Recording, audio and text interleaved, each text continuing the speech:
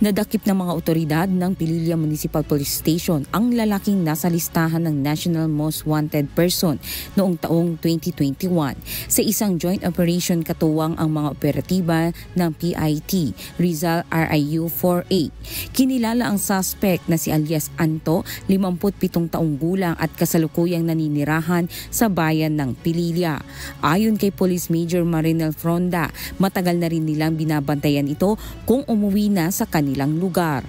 Actually po, 2018 po na-file yung case sa kanya, and then so until now po, nung April 16, may nagbigay po sa amin na confidential informant na kung saan po nalaman po niya na siya po ay pauwi sa kanilang tahanan, kaya po ito po ay aming nadakip.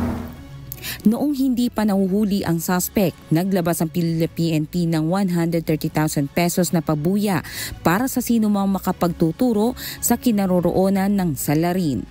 Paalala naman ni Major Marinel lalo na sa mga kababaihan na biktima ng panggagahasa. Sa atin naman pong awareness sa ating mga kababayan dito po sa Pililla, tayo po ay patuloy po ang koordinasyon po natin sa ating mga barangay upang magkaroon po ng mga dialogue and awareness program po sa ating mga kababayan para po mapigilan po ang kaso po ng rape.